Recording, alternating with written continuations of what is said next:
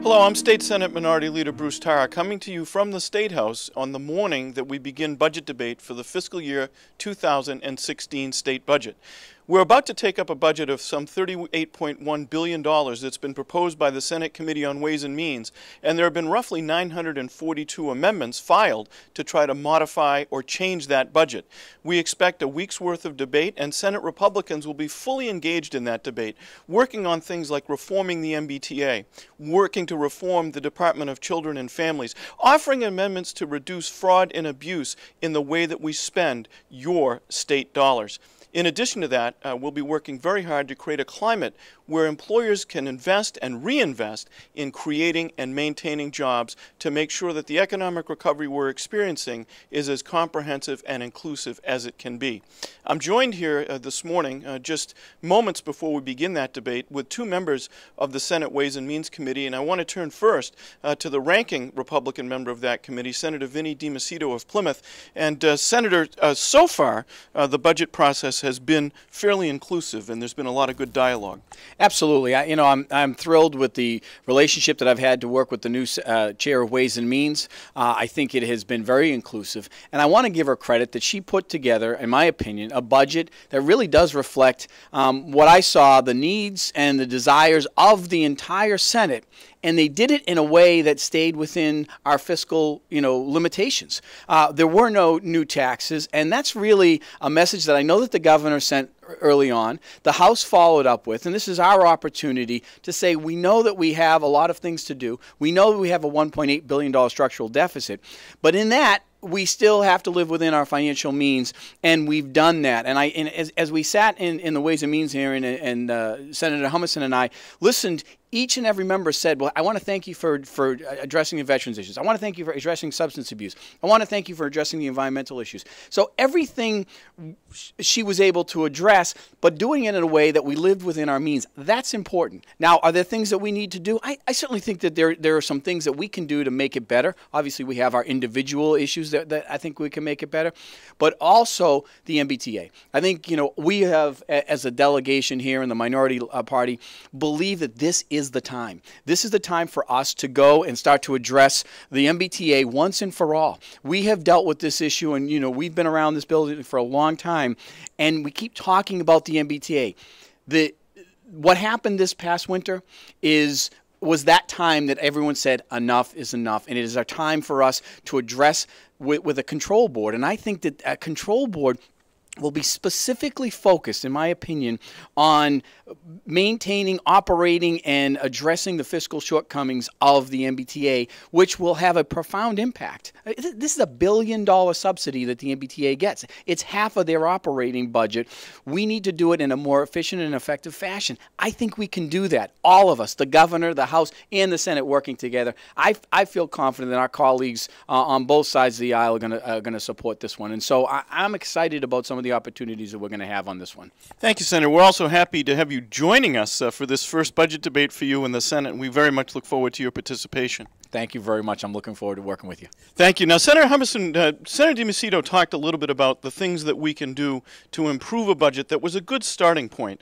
And perhaps you can offer some thoughts on some of the specific things we can do with regard not only to the MBTA, but some other things. I know that you filed a number of amendments. One of them in particular tries to make some investment in Western Massachusetts, I believe at Westover Air Force Base, which is a very important strategic investment for us. But could you tell us about some of the things that you think we can do to improve the budget? Well, the first thing I want to say, Bruce, is thank you. As our leader, you've been so, talking about inclusive, to bring all the members of the Senate caucus and work with our colleagues across the aisle. It is because of your abilities to kind of thread that needle so well, I think, that we have such a good relationship with our partners on the other side of the aisle.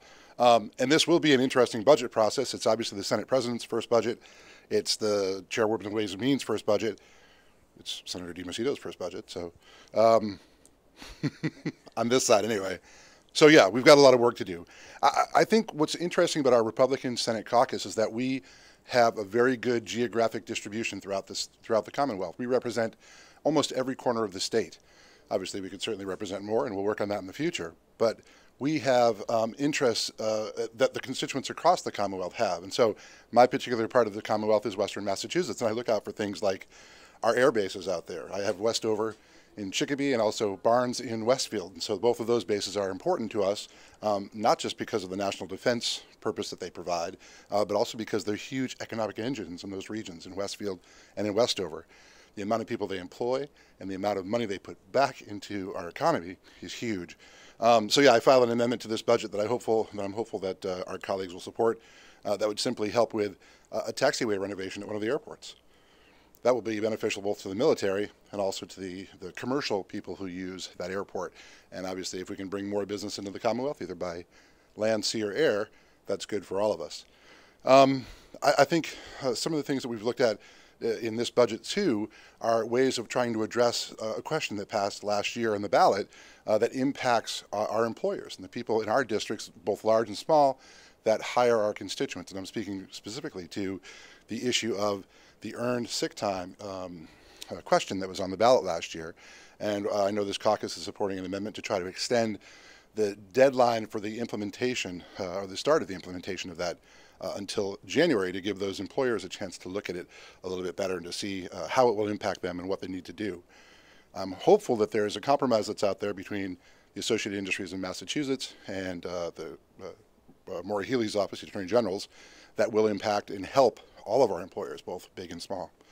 And then, of course, everything, as Senator DiMacedo said, we look out for our constituents. Each of us represent 160,000 people in our districts, and we have to look at the needs of the hospitals, the colleges, the institutions that take care of children and people with disabilities. And so that has always been an interest of ours as a caucus. It's always been something that we want to do, working with each other and obviously with our colleagues across the aisle.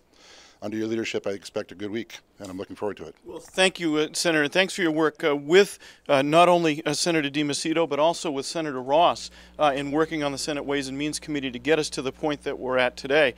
And we do look forward to a very productive week, and we'll be joined also by Senator Hedlund and Senator Fatman, who will also be working as part of the team to make sure that we work to the very best of our ability to make state government stronger, efficient, effective, and more accountable. We'll be looking forward to giving you updates as that process continues. We appreciate your interest, and we pledge that we'll work our hardest to make sure that your interests are represented as strongly as possible in the Senate chamber over the coming week. Thanks for watching, and we'll be back to you again.